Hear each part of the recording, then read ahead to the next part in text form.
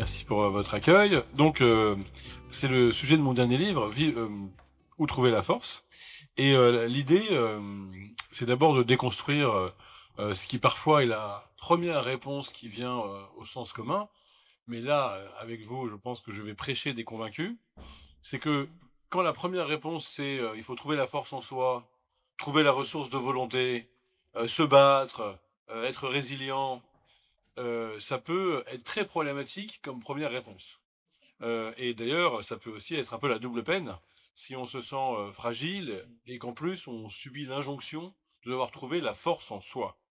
Mais au-delà du problème de l'injonction, le problème, et je pense que on va avoir un temps d'échange, vous allez pouvoir me dire ce que vous en pensez, c'est que souvent, ça fait obstacle. Cette réponse, elle fait obstacle à ce qui serait crucial pour retrouver de la force, qui est de savoir se tourner vers les autres et de savoir reconnaître qu'on n'est pas tout puissant, de savoir reconnaître qu'on a besoin d'aide, qu'on a besoin des autres, qu'on a besoin de soins, qu'on a besoin de la présence des autres, qu'on a besoin des bonnes relations avec les autres et que presque c'est la première réponse qui devrait venir.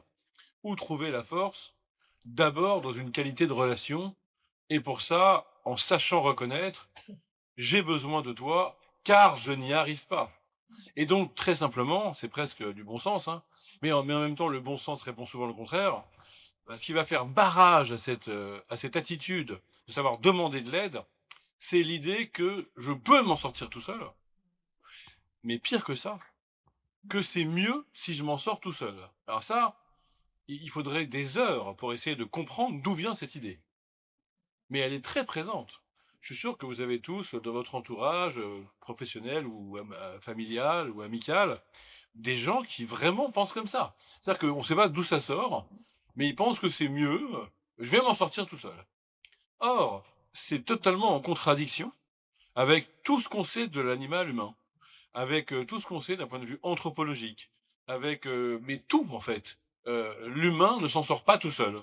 En fait, jamais. Et d'ailleurs, surtout pas au début. Je vous rappelle que toutes les théories de l'attachement de Amy Werner, qui ont été vulgarisées par Boris Cyrulnik. Mais bon, pour faire simple, en fait, c'est comme si vous aviez un petit bébé, quoi, et qu'il avait déjà la parole. On lui dit comment tu vas trouver la force, toi qui es né trop tôt, la néoténie, prématuration de la naissance, toi qui ne sais pas parler, qui ne sais pas te faire comprendre, toi qui ne sais pas marcher, vraiment complètement impotent, à la différence du poulain qui au bout d'une demi-heure arrive à trotter. Eh ben comment tu vas trouver la force? Et imaginez que ce nouveau-né dise en moi. Ce serait ridicule. Ben, c'est exactement aussi ridicule avec un homme de 40 ans. Je trouve en tout cas. Et d'ailleurs, on sait que ça va venir des autres. D'ailleurs, euh, des autres, pas simplement en tant qu'ils sont capables d'apporter de la nourriture, ou un lit, ou de l'eau, mais plus encore en tant qu'ils sont capables d'apporter du soin, de l'attention. Et vous connaissez toutes ces études, notamment sur l'hospitalisme, où en fait il y a des enfants qui n'ont pas pu se développer, alors qu'ils avaient à manger, à boire et des lits, et même des médicaments, mais il n'y avait pas de lien humain, et ils se sont pas développés, notamment dans cet orphelinat roumain. Donc voilà, c'est complètement faux et complètement dangereux de dire je vais me battre tout seul, je vais trouver la force tout seul. Il faut d'abord se tourner vers les autres. Je vous rappelle aussi, tout ça je pense que vous connaissez, que sans même parler de la force, la conscience de soi, au moment du stade du miroir, donc vous connaissez sûrement toutes ces études sur le stade du miroir, c'est la première fois que l'enfant, le petit enfant, se reconnaît au miroir. Alors c'est complètement validé aussi bien par les sciences exactes, les neurosciences, que par la psychanalyse lacanienne pourtant susceptible de débat.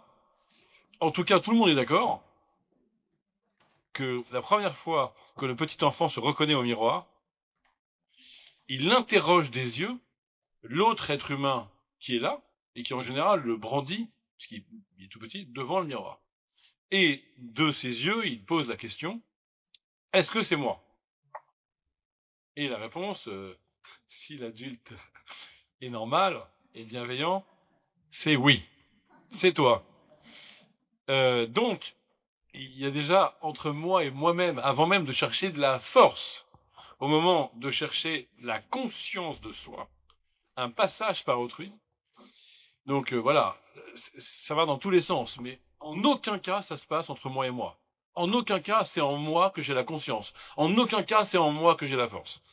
Et évidemment, on va aujourd'hui beaucoup plus loin avec les travaux du neuroscientifique Jaak Panksepp, qui montre que non seulement pour trouver la force, il faut que les autres prennent soin de moi, donc en plus des besoins primaires, où il y avait boire, manger, dormir, et puis la sexualité pour l'espèce, il y a eu cet ajout du temps des théories de l'attachement, que c'est un besoin primaire pour que j'aille bien, qu'on prenne soin de moi, pas simplement qu'on me donne à manger, à boire et des médicaments, donc ça devrait vous parler, mais surtout, mais en plus, on a découvert qu'il faut que je prenne soin des autres pour trouver de la force en moi.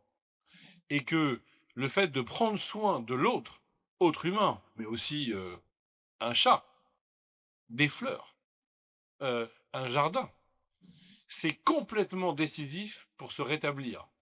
Alors, vous connaissez ça mieux que moi, j'imagine, vu votre quotidien, mais c'est complètement dingue. Et ça a été rangé par ce neuroscientifique, Panksepp, dans les besoins primaires, au même titre que boire, manger, dormir, qu'on prenne soin de moi, on ajoute maintenant que je prenne soin des autres.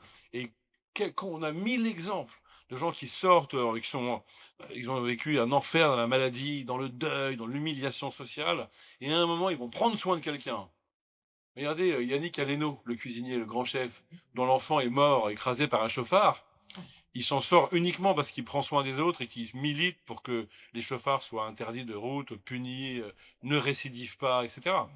Il tiendrait jamais sans ça. Il prend soin des autres. Et donc ça rend la réponse première, oui, je vais me battre, je vais trouver la force en moi, encore plus saugrenue. J'ajouterais que dans ce... Mais je sais ce que vous vous dites, c'est que malgré tout, il y a des ressources personnelles. Et vous avez raison, mais on va y venir après. Parce qu'il ne faut pas commencer par ça. Et ma thèse, c'est que le chemin pour aller trouver ces ressources personnelles, il est indirect. Mais on va le trouver. Mais si on commence par ça, on va pas le trouver. Et je vais encore plus loin quand je dis chercher la force dans les autres, dans une qualité de relation, en se tournant vers les bons autres, les aidants, les médecins, les psys, les thérapeutes, mais aussi les amis. Et puis, se tourner vers les bons autres pour trouver la force, ça veut dire aussi se détourner des mauvais autres. Et évidemment, savoir trancher les liens qui se sont avérés toxiques. Parce qu'il y a des liens toxiques, et il y a des autres qui me prennent ma force. Et donc, encore plus que d'aller chercher dans les bons autres, que de trancher les relations avec les mauvais autres. Alors attention, il faut se méfier de cette invitation à se détourner des liens toxiques. Hein. Il ne s'agit pas, dès la première minute, de trancher le lien dès que la personne nous a fatigués. Mais d'observer de manière hegelienne, je vais vous expliquer pourquoi c'est Hegel qui dit ça, ce que produit une relation. En fait, une relation amoureuse, amicale, avec un thérapeute, avec un aidant, en fait, ça produit des choses objectivement. Donc, soit ça produit objectivement de la joie, soit ça produit objectivement de la curiosité, soit ça produit objectivement de la connaissance, et ça peut aussi produire objectivement de la tristesse, produire objectivement un rétrécissement du champ social. Et donc, on observe souvent des gens qui disent, oui, bah, je vois bien que cette rencontre, elle est peut-être un peu toxique parce que, par exemple, si c'est une femme qui rencontre un homme un peu possessif, jaloux, oui, bon, c'est vrai qu'il m'interdit de voir mes copines parce que c'est l'heure où ils rentrent du boulot, mais quand même, on vit un amour exceptionnel. Donc, ok, dans l'objectivité, c'est pas terrible, mais je sens subjectivement un amour incroyable. Bon, et puis on continue à discuter. Bon, c'est vrai que quand il y a des Noëls ou des fêtes, bah c'est vrai que c'est avec sa famille, pas la mienne, parce que il y a des raisons, mais quand même, je sens malgré que objectivement je vois plus ma famille, je sens que subjectivement je suis aimé comme jamais, et puis ainsi de suite. Et puis c'est vrai que j'ai plus le droit d'aller à mon cours de danse parce que bon, mais je comprends un peu ce que... Mais... Donc voilà, à un moment, faut arrêter. C'est-à-dire qu'il faut dire, non, non, c'est pas possible. En fait, objectivement, c'est l'objectivité qui compte. Alors, pas tout de suite. On peut attendre un peu, mais il y a un moment, et Hegel dit, voilà, c'est une sortie du romantisme. Le romantisme, hein, c'est de croire en la subjectivité pure, l'intériorité. Je sens en toi une valeur immense de peintre, d'artiste. Ben, d'accord, bah, fais un tableau. Invite des gens au vernissage. Trouve un galeriste, trouve des acheteurs. Dans ce cas-là, d'accord. Mais si c'est juste subjectif, on ne peut pas fonder une société là-dessus, ni des relations humaines. Il faut de l'objectivité. Donc voilà, trouver la force dans une qualité de relation. On va plus loin, encore plus loin que en soi, encore plus loin que dans la relation humaine. Bah, il y a dans le monde. Dans le monde. Euh, Parfois, il suffit de s'ouvrir au monde, mais par exemple à la nature, à la beauté de la nature, et on se sent rempli d'une force nouvelle qui est liée au fond au décentrement. C'est-à-dire que j'arrête de chercher en moi et je m'ouvre à plus grand que moi. Alors il y a un très beau livre là-dessus de Henry David Thoreau qui dit tant que j'aurai l'amitié des saisons, rien ne pourra faire de ma vie un fardeau. Et c'est vrai que ça paraît aussi assez simple comme idée, mais en même temps, beaucoup de gens se privent de ça et oublient de s'ouvrir au monde et de trouver une force dans le monde, alors que, en fonction de votre sensibilité, vous pouvez appeler ça la nature, ou la mère nature, ou même le cosmos, ou l'élan vital qui court dans tout le vivant. Mais tout ça, ça donne de la force. Bon, on a compris. Et in fine, ça devient une force personnelle, évidemment. Évidemment qu'in fine, ça devient ma force.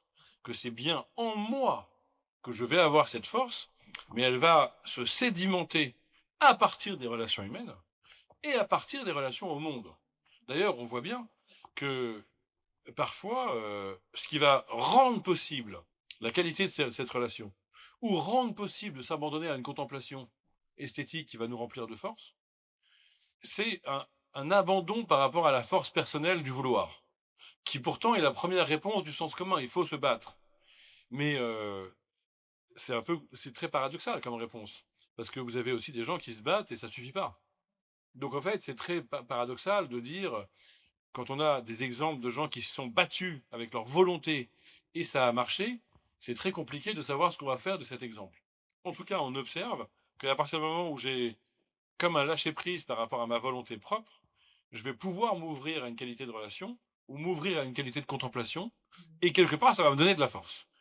Ceci étant posé, il y a aussi des forces purement propres et personnelles. Il y a une force d'instinct de survie, dans certains cas. Il y a une force de volonté personnelle, évidemment, que parfois on appelle force de résilience. Mais je crois que c'est un très mauvais mot. C'est un contresens, parce que si on regarde la théorie de la résilience, notamment chez Boris Cyrulnik, elle est quasiment toujours relationnelle. Elle est quasiment jamais une force propre interne, même si c'est ainsi que le sens commun la comprend. D'ailleurs, le sens commun a entendu parler du fait que, oui, ce terme de résilience, il venait de la métallurgie. Quand un métal a eu un choc très profond, très brutal, pardon, il a été tordu, et il a la capacité de retrouver sa forme initiale après le choc. Donc dans ce cas-là, si on exporte ce sens de la métallurgie à la psyché ou à la santé personnelle, on réduit la résilience à une ressource propre. Boris Cyrulnik nous dit ça existe. Il y a des gens, on ne comprend pas en fait. Ils existent, ils sont carrément une minorité, et ils ont une force folle, ils résistent à tout, et on ne comprend pas comment ils vont bien. Mais on peut rien en faire en fait, on peut rien en dire, on peut pas en tirer une sagesse, on peut pas en tirer un art de la relation. On va pas s'en priver quand ça arrive, mais on peut pas compter dessus. Et la résilience, si on regarde sérieusement les travaux de Cyrulnik, elle est, à part ce micro-cas qui est une exception en fait, elle est relationnelle. C'est-à-dire, trois conditions, toujours les trois relationnels. Ai-je été aimé inconditionnellement avant le drame, avant la maladie, avant le suicide de mon mari, avant... Eh ben, si la réponse est oui, ça va être une des conditions de la résilience. Dans ce cas-là, ben, c'est bien relationnel, parce que c'est dans la qualité avec laquelle j'ai été aimé tout petit que je puise une force. Si c'est pas le cas, il y a une autre condition de la résilience possible, qui est de rencontrer un tuteur de résilience. Donc c'est encore une fois relationnel. Dans le cas de Boris Cyrulnik lui-même, bah, c'est son oncle, enfin le mari de sa tante, hein, plus exactement. Voilà, je vous la fais courte, vous connaissez peut-être l'histoire, mais il revenait de l'enfer, il avait 9 ans, il était complètement, presque réanimalisé, quoi. mutique, aucune émotion, il parlait pas, il avait été ballotté de ferme en centre, et à un moment, sa tante le prend chez lui à Bordeaux, il n'avait pas de famille autre que cette tante, et là, il rencontre Émile, hmm, qui est le compagnon de sa tante.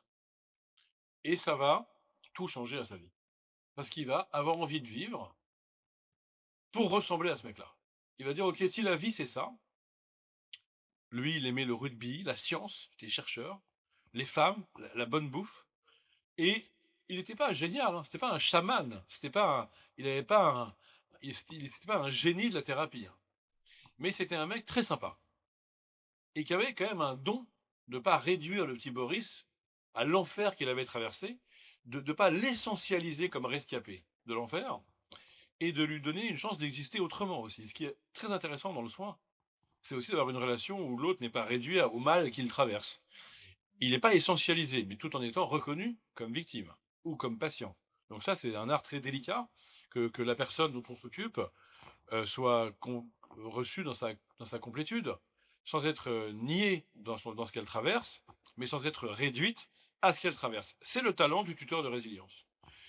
Et Boris Cyrulnik de raconter, bah, c'était un homme assez simple, assez normal, mais qui a produit sur moi des conséquences exceptionnelles.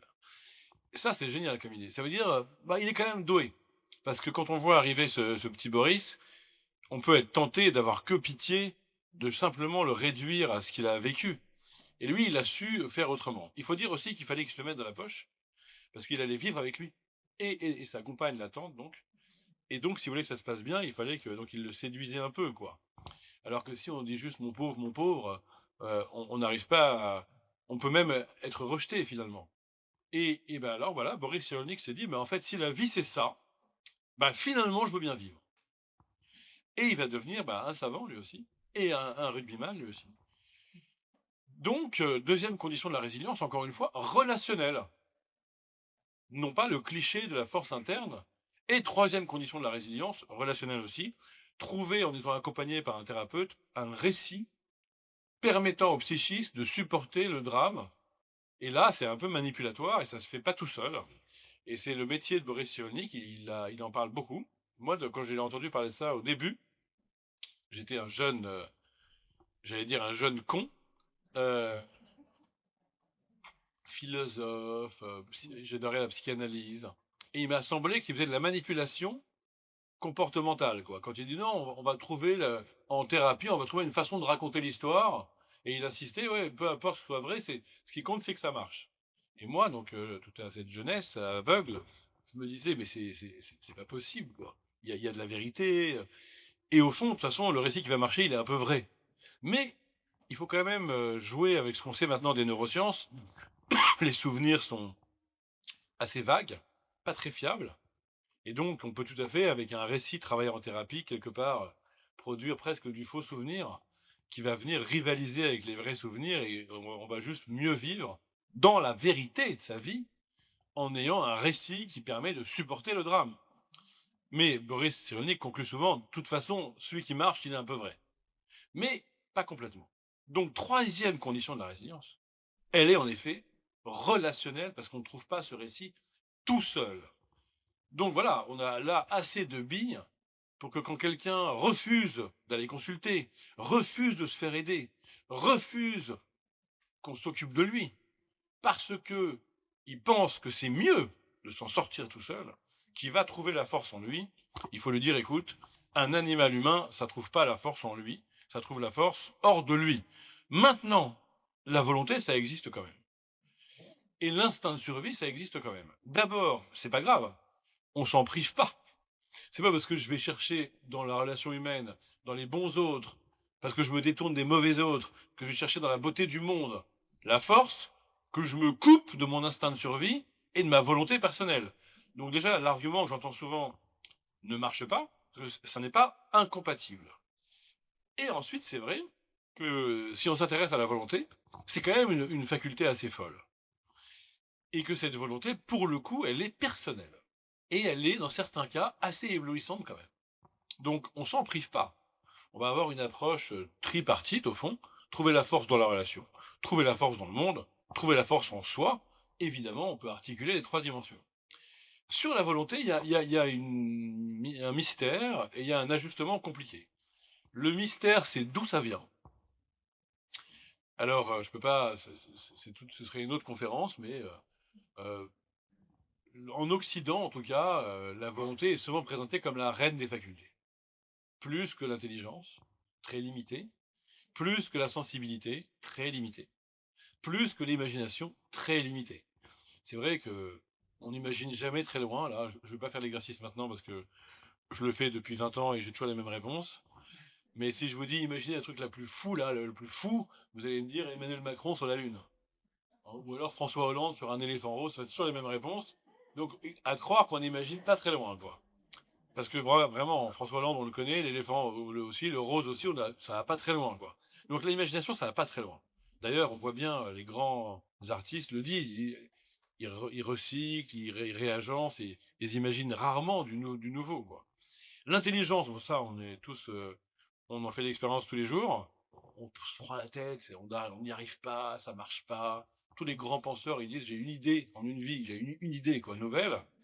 Et la sensibilité, vous avez vu comme on est minable, médiocre, on tombe dans les pommes dès que c'est trop fort, dès que c'est trop désagréable, même quand c'est trop agréable d'ailleurs. Et puis tous les animaux nous dépassent sur les sens. À chaque fois, on est détrôné largement sur chacun des sens par une espèce animale. D'où la conclusion de Descartes, ce qui fait que j'ai en moi une puissance possiblement infinie, c'est la volonté. Donc on va pas s'en priver. Et lui, il trouve ça tellement énigmatique qu'on puisse toujours vouloir plus, qu'il dit que c'est ce qu'on a de divin. Pour Descartes, qui est croyant, la volonté est la marque du divin en nous. Parce que c'est la seule faculté qu'on peut déployer à l'infini. À la différence de l'intelligence qui plafonne, l'imagination qui plafonne, la sensibilité qui plafonne. Quand je veux, je peux toujours vouloir plus. Donc c'est magnifique, mais c'est aléatoire. Et surtout, c'est très souvent contre-productif. Parce qu'il y a plein de situations où la crispation du vouloir nous bloque complètement. Et où justement, on n'en peut plus parce qu'on mise trop sur la volonté. Et parce que trop de volonté tue la volonté et que ça va coincer. Donc, on ne sait pas trop quoi faire de cette ressource. C'est pourquoi j'ai commencé par m'en méfier. Mais voilà, j'ai une approche plurifactorielle, c'est quand même intéressant. Mais je dirais qu'il faut faire attention. C'est-à-dire, il ne faut pas que la valorisation de ma volonté me fasse me détourner de celles et ceux qui pourraient m'aider. Il ne faut pas que la valorisation de ma volonté me fasse me détourner de la contemplation de la beauté de la nature qui peut m'aider. Et il ne faut pas que j'en oublie l'abandon, qui finalement parfois est la clé. Mais pour autant, il ne faut pas que je sois dans l'absence de volonté non plus. Merci beaucoup, c'est adorable. Et donc du coup, l'idée c'est de vouloir mieux. De vouloir mieux et pas plus. Et vouloir mieux et pas plus, ça peut vouloir dire pas vouloir tout le temps. Ça peut vouloir dire vouloir au bon moment. Ça peut vouloir dire aussi savoir cesser de vouloir, parce que c'est souvent le moment où l'effort de la volonté produit son résultat. Mais s'il n'y a pas eu d'effort de la volonté, il n'y aura pas de résultat. Mais s'il n'y a pas de cessation de la volonté, il n'y aura pas de résultat non plus. Un exemple qu'on a tous vécu, c'est je réfléchis à un truc qui me prend la tête, je trouve pas la solution, je vais marcher, j'y pense plus et je la trouve. Ben, je la trouve quand même parce que j'ai fait l'effort avant. Mais je la trouve parce que j'ai arrêté de faire l'effort. Donc, trop de volonté tue la volonté, mais la volonté est quand même une belle ressource. J'imagine que dans votre rôle d'aidant, ça peut être un art délicat. Il y a des moments où c'est pas le sujet, et il y a un moment quand même où peut-être vous le sentez dans l'art de la relation. Il y a une fenêtre, là vas-y, bats-toi. Là, faut que tu te battes. Mais pas tout le temps. Donc c'est compliqué, et c'est pour ça que bah, les grands thérapeutes, ils tentent plein de choses en fait. Si vous avez déjà rencontré un thérapeute comme ça, j'en ai rencontré un, j'ai adoré voir comment il faisait. Il tente des trucs différents en fait. Et peut-être un jour, ce qui va te donner de la force, c'est de t'oublier complètement, te décentrer complètement et de contempler un tableau ou un paysage. Et peut-être à un moment, ce qui va te faire du bien, c'est de dire vas-y là, il faut que tu te battes. Mais c'est pas une science exacte et c'est pas une loi d'airain. Donc, donc trouver de la force ou retrouver de la force ou puiser de la force, ça implique de combiner ces trois dimensions. Et dans l'accompagnement, bah, c'est un art délicat et qui demande de l'intuition, du tact, et de surtout pas appliquer une méthode qui serait la méthode. Et d'ailleurs, c'est pour ça que ça me paraît très consternant, la guerre des chapelles en thérapie, et même assez, pas criminel quand même pas, mais grave pour les gens qui ont besoin d'aide. Et moi, je milite beaucoup pour l'intégration, c'est-à-dire de dire, je reçois par exemple sur France Inter des psychanalystes, mais ouverts aux thérapies comportementales, aux cognitivistes, ou ouverts aux neurosciences. Je reçois des neuroscientifiques ouverts à la psychanalyse. Et avec eux, j'essaie de militer pour qu'on soit tous ensemble dans une intégration, et surtout pas dans la guerre des chapelles, complètement sectaire. Et je dois avouer que je suis souvent très déçu par quelqu'un que j'admire, qui est par exemple d'un côté, dans les TCC, ou dans la psychanalyse, et qui, après 2 secondes où il joue l'intégration, en fait, ne supporte pas l'autre école, et se trouve en guerre, en fait. Et ça me paraît vraiment grave, et je pense qu'il y a beaucoup de gens qui en souffrent, beaucoup de patients qui gagneraient à ce que leur psychanalyste ait été un tout petit peu formé aux neurosciences, un tout petit peu formé au cerveau et à la mémoire, ou alors beaucoup de thérapeutes comportementalistes qui gagneraient à s'ouvrir un tout petit peu à l'approche analytique. Et ça me paraît la moindre des choses. Et d'ailleurs, j'en parlais toujours avec Boris Cyrulnik, on faisait une conférence ensemble là-dessus, sur le concept de résilience complètement galvaudé, et il en peut plus, parce qu'aujourd'hui on parle d'un, je sais pas, une casserole résiliente, un dentifrice résilient, un pois chiche résilient.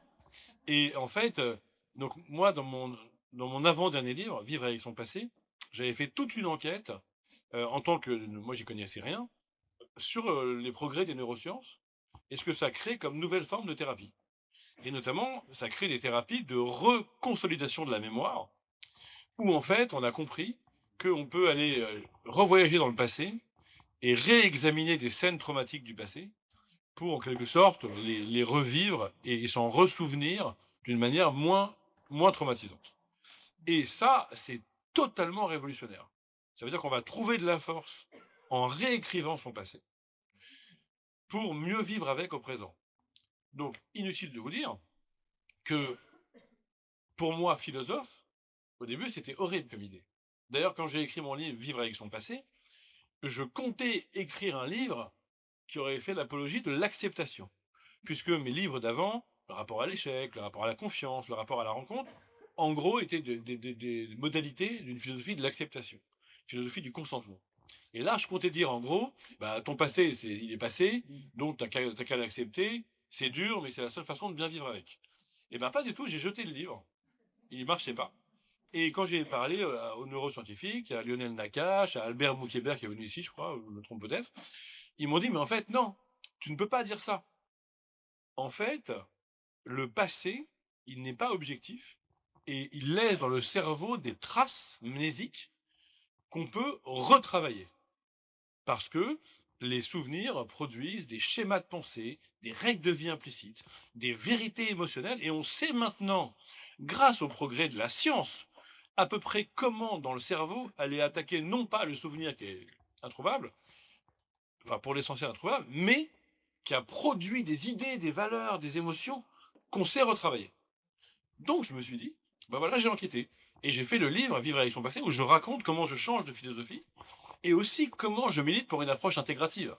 Parce que du coup, c'est hyper intéressant qu'un psychanalyste sache faire un peu de reconsolidation de la mémoire. Ça s'apprend, c'est une méthode, tout en restant psychanalyste.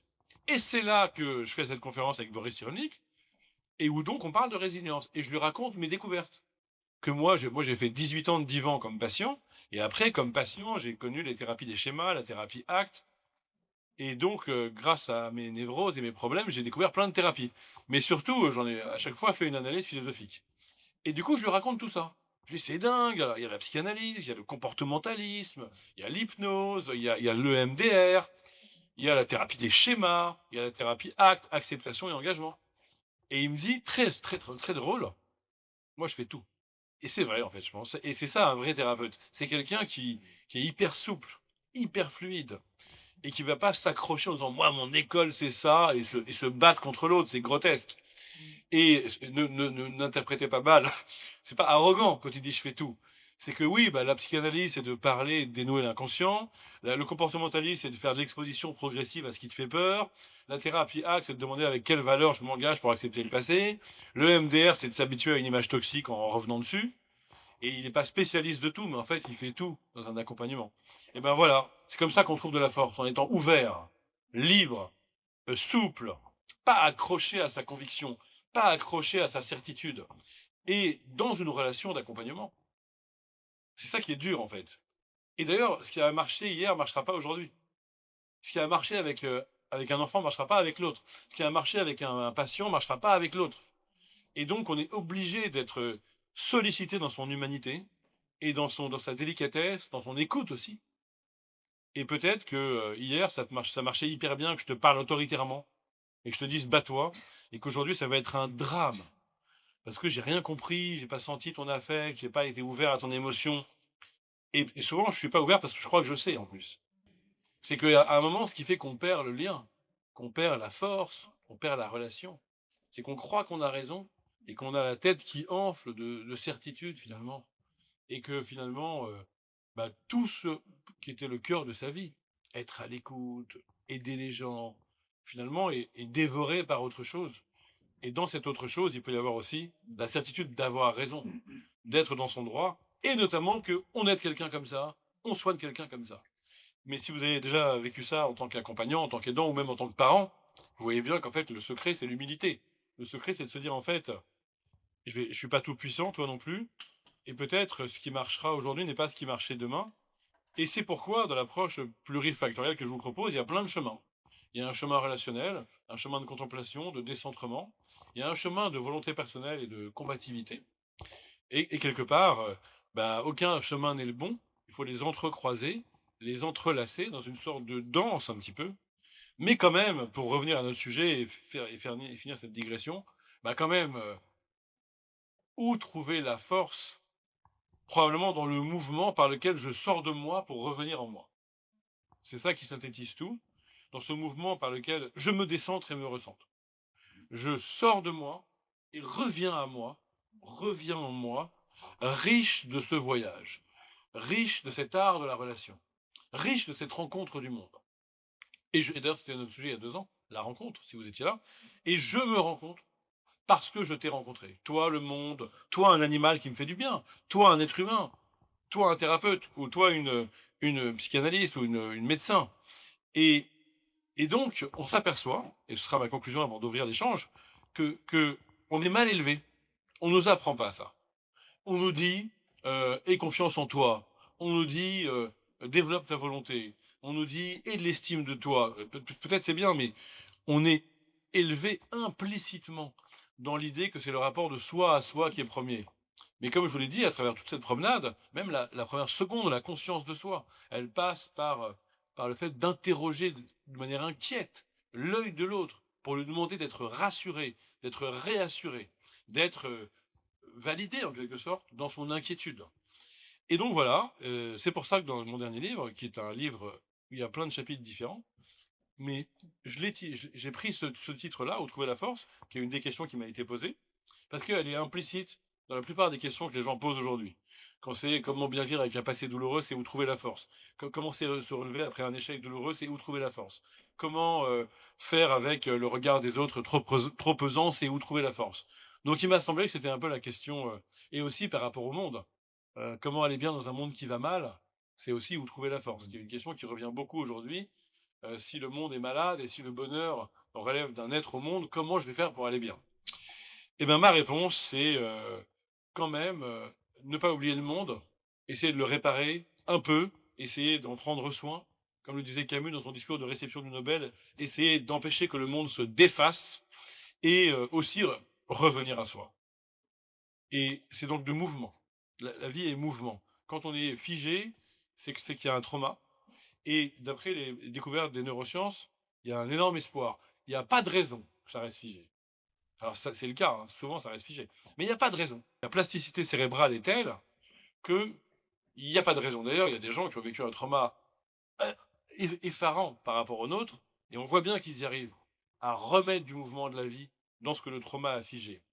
Eh bien, c'est cet espoir-là qu'on peut porter en disant, voilà, art de la relation, ouverture au monde, et quand même, malgré tout, retour à soi, et ce sera en deux sens, hein.